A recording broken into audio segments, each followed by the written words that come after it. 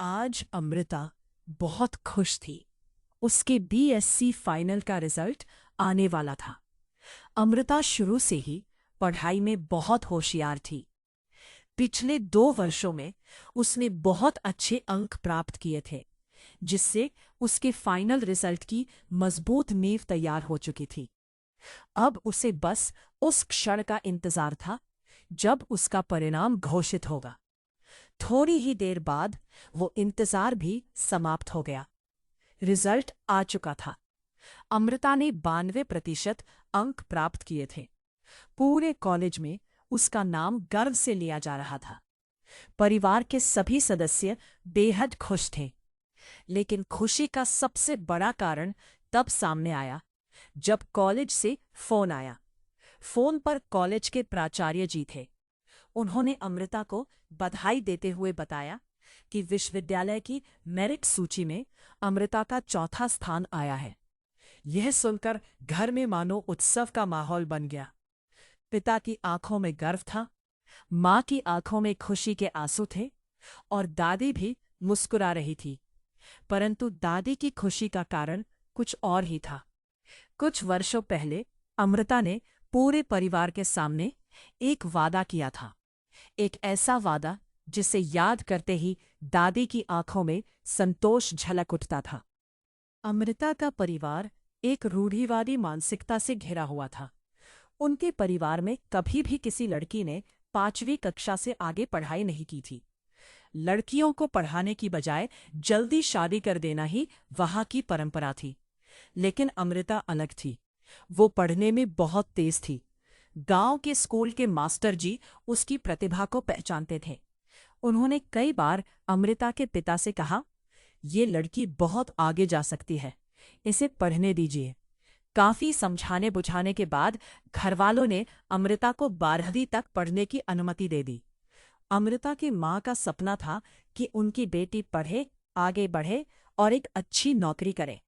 लेकिन दादी की सोच बिल्कुल अलग थी। दादी अक्सर कहा करती, लड़की को इतना पढ़ाकर क्या करना है, आखिर उसे चूल्हा चौका ही संभालना है। फिर बिरादरी में इतना पढ़ा लिखा लड़का मिलेगा भी या नहीं। दादी की ऐसी बातें अमृता के मन को बहुत दुख देती थी, लेकिन वो चुपचाप अपनी पढ़ाई में लगी रहती। 12वीं के बाद अमृता आगे पढ़ना चाहती थी, परंतु दादी की एक जिद थी। वो चाहती थी कि उनके मरने से पहले अमृता की शादी हो जाए और वे अपने पोती के पति का चेहरा देख ले। परिवार दादी की इच्छा के आगे झुक गया। अमृता की पढ़ाई बीच में ही रुक गई और जल्दी जल्दी में उसकी शादी कर दी गई। शादी के बाद अमृता को पता चला कि उसका पति वैसा नहीं है जैसा उसके परिवार ने सोचा था। उसे शराब की बुरी लत थी। वो अक्सर नशे में रहता और अमृता के साथ अच्छा व्यवहार नहीं करता था। धीरे धीरे अमृता को यह भी पता चला कि उसका पति सिर्फ शराब का ही नहीं, बल्कि गलत संगत का भी आदी था। वो कई दूसरी औरतों के संपर्क में रहता था। अमृता चुपचाप सब सहती रही। उसने सोचा कि शायद समय के साथ सब ठीक हो जाएगा, लेकिन ऐसा नहीं हुआ। कुछ समय बाद उसके पति की तबीयत लगातार बिगड़ने लगी। डॉक्टरों की जांच में जो सच्चाई सामने आई, उसने अमृता की जिंदगी को हिलाकर रख दिया। उसके पति को एड्स था और कुछ समय बाद यह भी पता चला कि यह बीमारी अमृता तक भी पहुंच चुकी थी। शादी के केवल 2.5 साल बाद ही अमृता की दुनिया उजड़ चुकी थी। कुछ ही महीनों में उसका पति इस बीमारी से मर गया। पति की मृत्यु के बाद अमृता की सास ने उसे ही दोष देना शुरू कर दिया। वो हर दिन ताने देती, तेरे कारण मेरा बेटा मर गया। अमृता चुप रहती। वो जानती थी कि सच्चाई कुछ और है, लेकिन अब वो किसी से लड़ने की ताकत खो चुकी थी।